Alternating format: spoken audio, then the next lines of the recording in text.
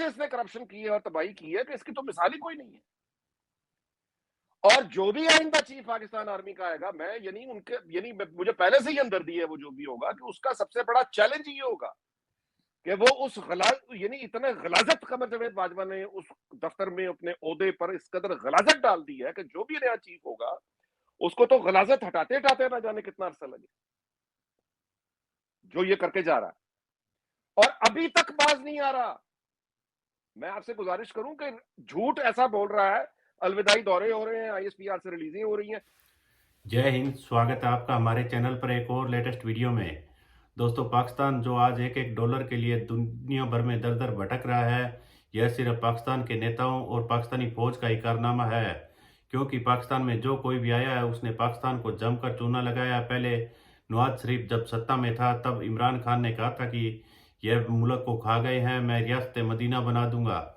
लेकिन उसके बाद इमरान खान जिस तरह करप्शन खत्म करने के नाम पर और रियासत मदीना बनाने के नाम पर आया, वह कोरोना तक का फंड भी चुरा गया और घड़ियां भी बेच खाई।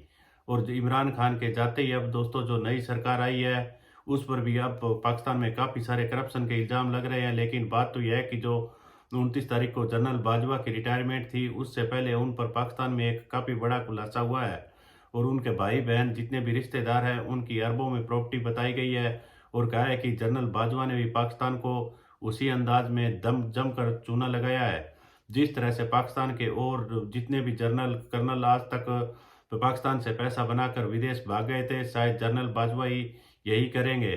परवेज मुशर्रफ भी आप जानते होंगे किस तरह से पाकिस्तान छोड़कर उनको जाना पड़ा था। अगर जनरल बाजवा के साथ अब आने वाले दिनों में क्या होगा यह तो समय बताएगा। तो चलिए दोस्तों, इस खबर के बाद हम आपको पाकिस्तानी मीडिया का रिएक्शन दिखा रहे हैं। इससे पहले वीडियो को लाइक कीजिएगा, प्लीज हमारे चैनल को सब्सक्राइब कर लीजिएगा।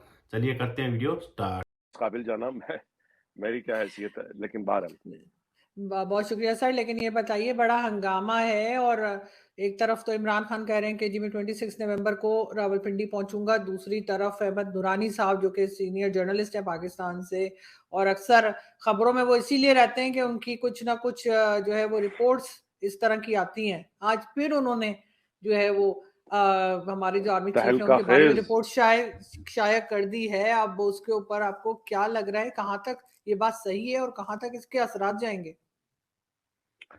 देखिए जी, इस रिपोर्ट में चश्म कुशा एक लफ्ज होता है उर्दू का, बड़ा खूबसूरत। ये मतलब है कि आंखें खोल देने वाली रिपोर्ट है और इससे बहुत सारे सवालों के हमें जवाब मिल जाते हैं। अहमद नूरानी के बारे में आप भी जानती हैं, मैं भी जानता हूं कि ये जो पापा जॉन्स वाली जो आसिम बाजवा वाली स्टोरी थी, वो भी अहमद नूरानी ही सामने लेकर आए थे और उसके बाद आसिम बाजवा जो है वो उसका बिगड़ तो कुछ नहीं सका, लेकिन उसके पास बचा भी कुछ नहीं। मतलब है कि इज्जत अगर कोई चीज इनकी नजर में तो खैर क्या होनी, जो करप्ट लोग होते हैं से करप्ट जनरल जो होता है जी, सीधी बात है, करप्ट फौजी, करप्ट जनरल, वो अपने हाथ काट देता है, अपने पैर काट देता है, फिर उसने ब्लैकमेल होना है, फिर वो कमजोर होता है। इसीलिए जनरल कमर जावेद बाजवा के दौर में पाकिस्तान की फौज की सबसे ज्यादा तौहीन हुई है, ये बेवकार हुई है। इसको इमरान खान जैसे बंदे ने जलील करके रख दिया कमर जावेद बाजवा को। और उसकी कमजोरी ये थी कि इसके हाथ की करप्ट आदमी है। इमरान खान के सामने क्या बोलेगा ये? अहमद दुरानी जो कुछ आज लेकर आया, इमरान खान को पता होगा ना। इमरान खान ने जब ये कहा था वजीर आजम हाउस में बैठ के, जब वजीर आजम ही था, इसने कहा था ना कि अभी तो मैं वजीर आजम हाउस में बैठा रहता हूँ, देखता रहता हूँ क्या तमाशा हो रहा है, बाहर आ गया तो ज्यादा खतरनाक हो जाऊंगा। उसका इशारा यही था। और अब सामने, बिल्कुल सामने की बात है कि कमर जावेद बाजवा को जितनी इसने बुरा भला कहा है, पीटीआई के लोगों ने जो ट्रोल किया है, गालियां दी हैं, इसलिए ये खामोश है और कोई कुछ नहीं कर सका, क्योंकि इंतहाई करप्ट आदमी है, झूठा आदमी है। और ये भी समझ आ जाती है क्यों ये एक्सटेंशन के लिए, यानी इसकी जान निकली हुई है, 6 महीने एक्सटेंशन, 6 महीने और 6 महीने और। क्यों ये अड़ा हुआ है आज तक? ये हुकूमत को समरी नहीं भेज रहा, नए जनरल का नाम अपॉइंट करवाने नहीं दे रहा। आज भी कह रहा है कि नहीं मेरी पसंद का लगेगा बंदा। क्यों इसकी पसंद का लगेगा? क्योंकि इसको सेफ एग्जिट चाहिए। इसने लूट मार जो की है वो निकालनी है इसने, इसलिए उसको अपना जनरल चाहिए। अब होगा अच्छा, क्या? अहमद अब नूरानी की रिपोर्ट पे क्या क्या कोई रिपोर्ट दोबारा बनेगी? इसको चैलेंज किया जाएगा? होगा क्या? देखिए जी, प्रैक्टिकली तो पॉसिबल हमारे यहां नहीं होता। मतलब है कमर जावेद बाजवा का अगर आप ये समझती हैं कोई एहतसाब हो सकता है, वो तो नहीं होगा। एहतसाब इसका जो होगा वो वही होगा कि ये जब मुल्क से निकलेगा तो पीटीआई के लोग ही हैं जो गालम गलोच करेंगे, क्योंकि पीएमएलएन और पीपल्स पार्टी वगैरह इन लोगों को तो कारकुनों में इतनी हिम्मत भी नहीं है कि ये इतनी मार खा चुके हैं कि ये कुछ नहीं कर सकते। तो जहां तक इंसाफ का ताल्लुक है वो तो नहीं होगा, और ये पैसा इसने दिहाड़ी दबा के इसने कमाई है बाजवा ने। और वैसे जितने बाजवे हैं टकरता इनको अहमद दुरानी है, वो आसिम बाजवा हो या कमर बाजवा हो।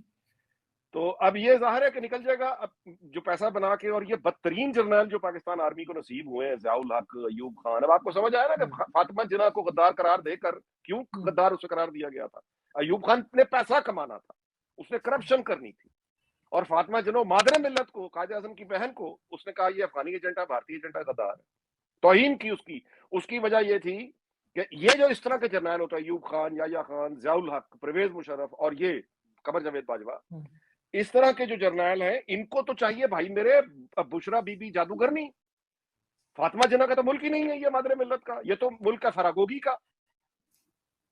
तो कायदे आजम ने जो मुल्क बनाया उसको मुल्क बना के गोगियों के हवाले कर देना। और अंदाजा लगाएं कि नाम जरा देखें ना, गोगी, फरागोगी, गोगी ब्लेड, गोगी गोगी तलवार, गोगी रक्षा, इसके इनके जो समधी हैं मिट्ठू, ये नाम है, ये इस तरह के नाम है। लेकिन आपको नहीं लग रहा कि अब कोई चैलेंज करेगा इस रिपोर्ट को, कुछ कहा जाएगा?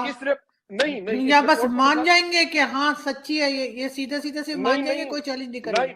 नहीं, झूठे लोग ये करते हैं कि ये इसके जवाब में गालियों का एक तूफान लेकर आएंगे, गालम गलोच करेंगे, झूठे इल्जाम लगाएंगे। मिसाल के तौर पे फवाद चौधरी का स्क्रीनशॉट ओरिजिनल आ गया, तो उन्होंने क्या किया, 100 जाली बना के, जाली व्हाट्सएप बना के मरियम नवाज के और शाहजेब खानजादा के वो जाली गुफ्तगू, मतलब वो उसको वायरल करा दिया। या वहां पे तो बेगैरती की कोई ऐसी इंतहा, ये तो खुदा की कसम ऐसे लोग हैं कि इनके बारे में मैं आपके शो में ये लफ्ज इस्तेमाल कर रहा हूँ बड़ी माजरत से, कंजर शर्मा जाए, ये इतने घटिया लोग हैं।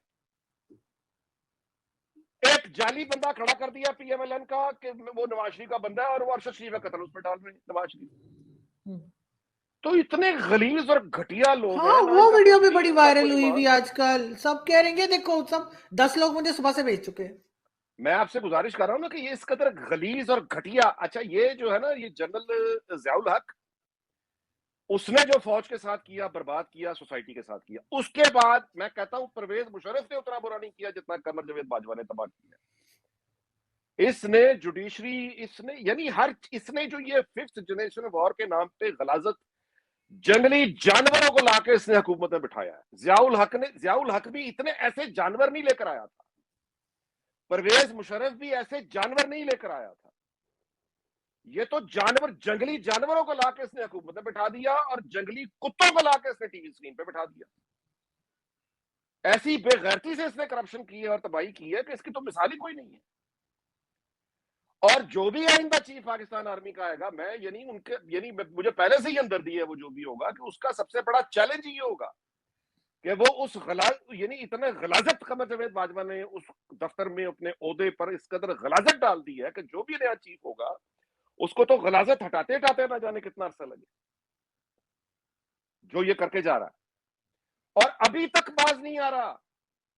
मैं आपसे गुजारिश करूं कि झूठ ऐसा बोल रहा है, अलविदाई दौरे हो रहे हैं, आईएसपीआर से रिलीजें हो रही हैं। इसने अपने इदारे के ऑफिसर्स को जो एम्बैरस करवाया, एक डीजी आईएसपीआर बड़ा पुरवकार डेकोरेटेड ऑफिसर होता है, डीजी आईएसपीआर, उसके मुंह से कहलवा रहा है कि मैं रिटायर हो रहा हूं। संधियों को, ससुरों को यहां भेजता है, एक्सटेंशन ले दो। वहां पे साजिशें कर रहा है कि एक्सटेंशन ले दो। एक डेकोरेटेड ऑफिसर होता है, बड़ा एक बड़ा पाकिस्तान में बड़ा एक डीजी आईएसआई, एक बहुत मतलब वेट कैरी करता है, उसको लाके प्रेस के सामने बिठा दिया। डीजी आईएसआई ने कमिट किया कि रिटायर हो रहा है, उसके बावजूद ये उन्हीं को झूठा कर रहा है। तो आपके ख्याल से रिटायरमेंट नहीं ले रही है? अभी तक नहीं ले रहे रिटायरमेंट? उसका बस नहीं चल रहा कि उसको क्या करे। अभी एक आध दिन शायद हुआ है कि इसको आया कि ठीक है मैं एक्सटेंशन नहीं, तो अब ये दूसरे अब हुकूमत वजीर आजम जो नाम बता रहा है उस पर ये नहीं मान रहा, पीडीएम जो नाम बता रही है उस पर नहीं मान रहा। इतराज, उसको लगा दो, इसको लगा दो। बहुत मतलब इस शख्स ने, ये तो अब खैर नूरानी की जब रिपोर्ट आ गई है, तहलका खेज रिपोर्ट है, और जाहिर है कि मुझसे और आपसे फौज बहुत ज्यादा हसास भी है, मोहतात भी है। और जो ज्यादातर इनके ऑफिसर्स हैं, 90% ऑफिसर जो नीचे, यानी आप यूं कहे ऊपर भी खैर, जो 90%, वो they are very well meaning people. मैं आपसे गुज़ारिश करूँ कि ये आसिम बाजवा का जैसे पिज़्ज़ा स्कैंडल आया है, तो मेरे अपने एक बहुत अज़ीज़, मैं उनका नाम मतलब तो देखा होगा दोस्तों किस तरह से पाकिस्तान में कुछ जो जो जितने भी बड़े ओहदे पर है उसने उसी हिसाब से पाकिस्तान के लोगों का खून चूसा है, चाहे वह पॉलिटिशियन हो या पाकिस्तानी आर्मी। और पाकिस्तान के पहले भी जितने आर्मी चीफ थे उनके साथ भी इसी तरह का सलूक होता रहा है और उन्होंने भी पाकिस्तान के साथ वही किया था। जो जनरल बाजवा पर इल्ज़ाम लग रहे हैं यह उनके रिटायरमेंट से पहले उनको मिलने वाला तगमा है और रिटायरमेंट के बाद इनको क्या मिलेगा यह तो वक्त ही बताएगा। तो दोस्तों हम आपके लिए पाकिस्तानी मीडिया के इसी तरह के एक से एक लेटेस्ट वीडियो लेकर आते रहेंगे। मिलते हैं अगले वीडियो में। जय हिंद, वंदे मातरम।